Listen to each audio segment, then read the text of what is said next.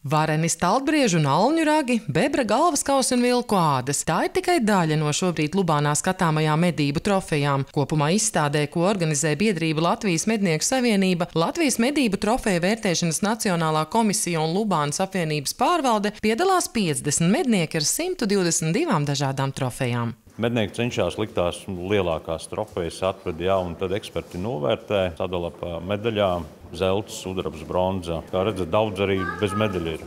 Kā stāsta Dainis pats, viņš ar medībām aizrāvies jau vairāk nekā 30 gadus. Sākotnēji tā vairāk bijusi vēlme gūt trofejas, savukārt šobrīd vairāk bauda no dabā sastopamajām un piedzīvojamajām skaņām un sajūtām. Savukārt, vērojot izstādē redzamo, viņam ir ieteikumi. Gribētos vairāk no Lubānas medniekiem skaistas trofejas, lielas, medīt selektīvi, prātīgi, būt saimniekiem savās platībās, un būs skaistas trofejas, būs dzīvnieki un mednieku stāsti, piedzīvojumi.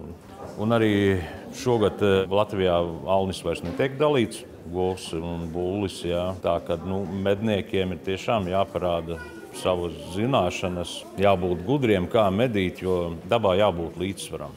Lai arī šoreiz bez trofejām izstādē sastopam vilku mednieku Pēteri Ikaunieku, kurš savulaik sarakstījis pat vilku mednieka piezīmju grāmatu. Vilkus ierobežoja stipri tagad, ko es uzskatu ļoti nepareizi. Vilki nodara mūsu saimniecībai ļoti lielu postu. Lūšus vispār aizliedza medīt, un tā ka man ar tām trofejām patreiz nav. Es tāpat par vilkiem interesējos, braucu piegaudoju, un Lubānas apkārtnē vilku ir daudz par daudz. Savukārt, runājot par pašu medību procesu, Pēteris ir gana skarbs. Medību garšu es personīgi izjūtu, ka medīja ar glustobra 16. kalibra ieroci. Un tad ir īstā medību garša, bet tagad laikam iet līdzi, es nevienam nepārmetu. Ir šauts cits pa kilometru, cits pa puskilometru.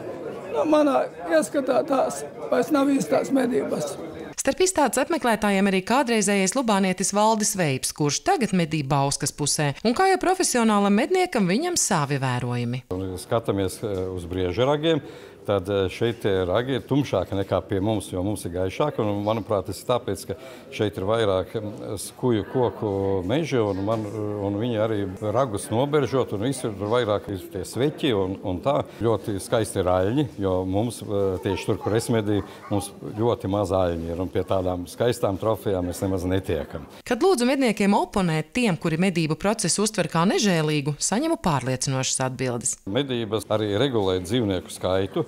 Izņemam no aprites varbūt arī tos vārgākos ar sliktākajām trofejām un audzējiem, lai būtu tiešām skaistas un smukas trofejas. Ja būs dzīvnieku pārbagātība, tad arī sūdzās jau tā zemnieki un visu tiek noēsti lauki, izbradāti lauki. Tāpat ļoti daudz notiek avārijas. Mednieki ļoti daudz arī palīdz biotehniskajos pasākumos, veicot dažādus darbus mežā. Tā kā kopumā mednieku saime tieši otrādi ļoti palīdz dabas saglabāšanai.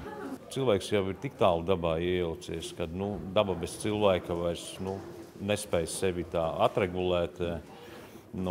Vai mēs esam pret medībām, tad kāpēc mēs bļaujam, kad dzīvnieks iznāk uz autoceļa un mašīna viņu notriec? Tad ir bojājumi, ir arī letāli gadījumi. Tā, kad bez medībām daba nevar vairs pastāvēt. Te gan jāpiebilst, ka visā Latvijā iezīmējoties jauno mednieku trūkums, tam, kā izskaidrojums varētu būt arī medību ne tā redzamākā puse. Medības jau nav tas process tāds ļoti vienkārši, kā mēs iedomājamies, kad aizējām uz mežu un medījām. Lai ietu medīt, ir visa biotehnika, piebarošana, ir ļoti, ļoti liels darbs jāiegulda. Gribētos tiešām vairāk jauno paudzi, lai iesaistās. Vēl tikai jāpiebilst, ka izstāde, kas līdz 6. augustam būs skatāma Lubānas turisma un kultūrvēsturiskā mantojuma centrā, radīta ar mērķi izglītot sabiedrību, popularizēt selektīvas medības un Latviju kā atraktīvu medību turisma galamērķi. Sandra Zariņa, Inders Krieviņš, Mārtiņš Svitka, RED TV.